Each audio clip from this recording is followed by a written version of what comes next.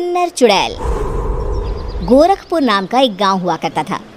उस गांव में ज्यादा लोग नहीं रहते थे। उस गांव में एक गर्भवती विधवा औरत रहती थी। उस औरत का नाम कमला था। कमला अपने घर में अकेली रहती थी। उसके पति की सारी जायदाद उसके नाम हो गई थी, पर सभी गांव वाले उस औरत को मनहूस औरत समझा करते थे और सभी उससे नफरत किया करते थे। एक बार कमला राशन की दुकान पर खाने का सामान खरीदने जाती है। भैया जी, जरा 1 किलो दाल चावल देना। अरे हाय हाय हाय हाय हाय, अरे मनहूस औरत, मेरी दुकान में अपशुगन करवाने आ गई क्या? है, चल जा यहाँ से। मैं कुछ नहीं देने वाला तुझे। भाग भाग यहाँ से, चल जा, निकल। भैया जी, ऐसा मत कहिए। मैं गर्भवती हूँ, मुझे खाने की बहुत जरूरत है। मुझे खाना दे दीजिए। दुकानदार कमला को वहाँ से धक्के मारकर भगा देता है। तभी कमला रोते रोते उस गांव के किन्नरों के इलाके में आ जाती है। गांव वाले किन्नरों को उसी इलाके में रखा करते थे, क्योंकि वो लोग किन्नरों को पसंद नहीं करते थे और उनके इलाके में रहने से मना करते थे। तो किन्नरों ने उसी गांव में अपना एक इलाका बना लिया था। जब किन्नर लोग देखते हैं कि एक गर्भवती महिला रोते रोते उनके इलाके में आ गई है, तो सारे किन्नर कमला के पास जाकर उसका हाल पूछने लगते हैं। क्या हुआ बहन, तुम्हारी गर्भवती अवस्था में इतनी बुरी हालत कैसे है? तुम रो क्यों रही हो? तुम डरो मत, हम तुम्हें कोई नुकसान नहीं पहुंचाएंगे। तुम शांत होकर सब बताओ कि हुआ क्या है। मैं कमला हूँ। मैं गांव के दूसरे इलाके से आई हूँ। 2 महीने पहले ही मेरे पति की मौत हुई है। मुझे गांव के लोग मनहूस मानते हैं, क्योंकि मैं विधवा हूँ और गर्भवती भी। वहाँ के लोग मुझे खाने के लिए कुछ बेचने के लिए भी तैयार नहीं, जिससे मेरा गुजारा नहीं हो रहा था। कोई बात नहीं कमला, हम तुम्हारा ख्याल रखेंगे। किन्नर लोग कमला को एक खाली घर में रहने के लिए जगह दे देते हैं और उसकी देखभाल भी करते हैं। कुछ ही महीने बाद कमला अपने बच्चे को जन्म देती है, पर अफसोस, कमला बच्चे को जन्म देते ही अपनी जान गंवा देती है। जब सब किन्नर बच्चे को देखते हैं तो बहुत खुश हो जाते हैं, क्योंकि वो बच्चा भी किन्नर ही था। कमला ने एक किन्नर बच्चे को जन्म दिया था। अब इस बच्चे की देखभाल कौन करेगा? हम तो इस बच्चे को गांव के दूसरे इलाके में भी नहीं भेज सकते। और तो क्या हुआ, इस बच्चे की माँ नहीं रही तो हम इसे पालेंगे।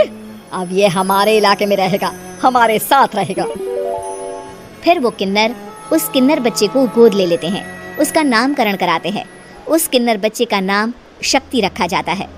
देखते ही देखते शक्ति बड़ी होने लगती है। उसके रंग रूप बहुत सुंदर थे।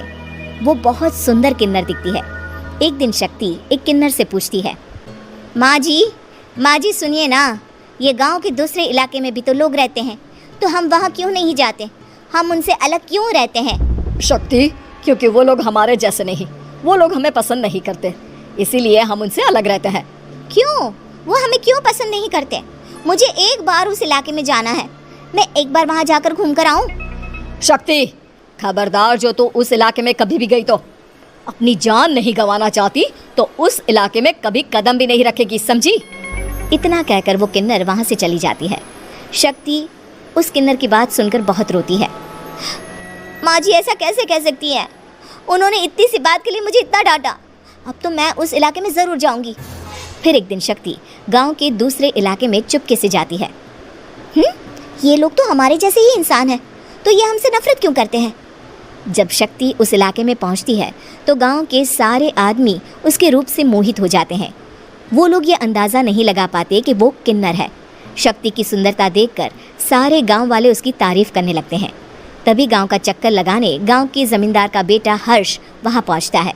हर्ष भी दिखने में बहुत सुंदर होता है। जब हर्ष ने शक्ति को देखा तो वो भी उससे मोहित हो गया, और जब शक्ति की नज़र हर्ष पर पड़ी तो वो हर्ष को देखकर मोहित हो गई। आपको पहले कभी इस गांव में देखा नहीं। इस गांव में आप नए हैं क्या? जी नहीं, वो मैं बस। तभी शक्ति बोलते बोलते रुक जाती है और मन में सोचने लगती है, अगर मैंने इनको बता दिया कि मैं दूसरे इलाके से आई हूँ तो वो समझ जाएंगे कि मैं किन्नर हूँ, इसलिए मुझे इनसे झूठ ही बोलना पड़ेगा। शक्ति हर्ष को कहती है, जी हाँ, मैं इस गांव में नई आई हूँ, यहाँ अकेली रहती हूँ। वैसे आप कौन है? आप भी इसी गांव में रहते हैं? जी हाँ, मैं इस गांव के जमींदार का बेटा हूँ। आपको किसी भी चीज की जरूरत पड़े तो आप मुझे बता देना, मुझे अच्छा लगेगा। ऐसे ही शक्ति और हर्ष एक दूसरे से रोज मिलने लगते। वो दोनों अपने प्यार का इजहार करने एक दूसरे से मिलने जाते हैं। तभी शक्ति का पीछा करते करते एक किन्नर वहां आ जाती है। शक्ति, शक्ति, मैं तुमसे बहुत प्यार करता हूँ। मैं तुमसे शादी करना चाहता हूँ। क्या तुम मुझसे शादी करोगी? हाँ हर्ष, मैं तुमसे शादी करूंगी, पर मैं तुमको अपने बारे में एक सच्चाई बताना चाहती हूँ जो मैंने तुमसे छुपा कर रखी है। तभी उनके बीच में ही वो किन्नर आ जाती है। शक्ति, तेरी हिम्मत कैसे हुई ऐसा करने की? वो किन्नर शक्ति को खींचकर गांव के जमींदार के पास ले जाती है। हर्ष भी वहां शक्ति को बचाने के लिए पहुंच जाता है। जमींदार शक्ति और हर्ष के प्यार के बारे में सुनकर गुस्से में आ जाता है और शक्ति को गांव के बाहर निकालने की सजा देता है। शक्ति ये बात सहन नहीं कर पाती और कुएं में कूदकर अपनी जान दे देती है। जमींदार हर्ष की शादी गांव की एक लड़की से करवा देता है, पर हर्ष इस शादी से खुश नहीं होता। शक्ति अपना बदला लेने के लिए मरने के बाद किन्नर चुड़ैल बन जाती है। अब मैं इन गांव वालों को नहीं छोड़ूंगी, अब इनसे मैं अपने प्यार का बदला लूंगी। किन्नर चुड़ैल गांव वालों को परेशान करना शुरू कर देती है। एक बार वो रात को गांव के खेतों में पहुंच जाती है और वहां आग लगा देती है। सारी फसल जल के राख हो जाती है। जब एक आदमी रात को उठकर देखता है कि खेत में आग लग गई है तो वो वहां पहुंच जाता है। वो देखता है कि खेतों के बीचों बीच एक किन्नर चुड़ैल खड़ी है और वहां खड़े होकर ताली बजा रही है। गांव वाला किन्नर चुड़ैल को देखकर बेहोश हो जाता है। जब सुबह उस आदमी को होश आता है तो वो सीधा जमींदार के पास जाता है। अरे जमींदार साहब, अरे वो किन्नर चुड़ैल ने मेरी सारी फसल जला दी। अब मैं क्या करूंगा, क्या होगा मेरा? जमींदार चुड़ैल किन्नर का नाम सुनते ही सब कुछ समझ जाता है। अब वो बहुत डर जाता है। उसी रात को जब जमींदार डर के मारे अपने कमरे में सो नहीं पाता, तभी वहां अचानक से किन्नर चुड़ैल आ जाती है। किन्नर चुड़ैल जोर जोर से जमींदार के आगे खड़ी होकर हंसने लगती है और ताली बजाने लगती है। जमींदार उस डरावनी किन्नर चुड़ैल को देखकर बहुत डर जाता है। तूने मेरे साथ बहुत बुरा किया, अब मैं तुझे जान से मार दूंगी। नहीं नहीं नहीं नहीं नहीं, मुझे माफ कर दो, मुझे मत मारो। मैं कभी ऐसा दोबारा नहीं करूंगा। अब तुम जो बोलोगी वही मैं करूंगा। ठीक है, मैं चाहती हूँ कि किन्नर इलाका गांव के इलाके से जुड़े और गांव का कोई भी आदमी किन्नर समाज से द्वेष ना करे, उससे नफरत ना करे, नहीं तो मैं सारे गांव को मार दूंगी।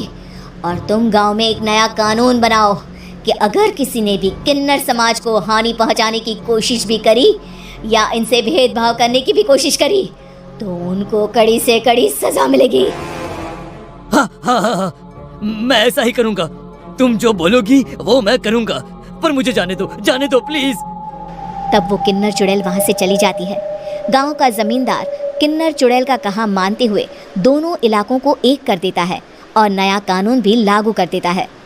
तब से वहां किन्नर समाज और बाकी गांव वाले शांतिपूर्वक रहने लगते हैं।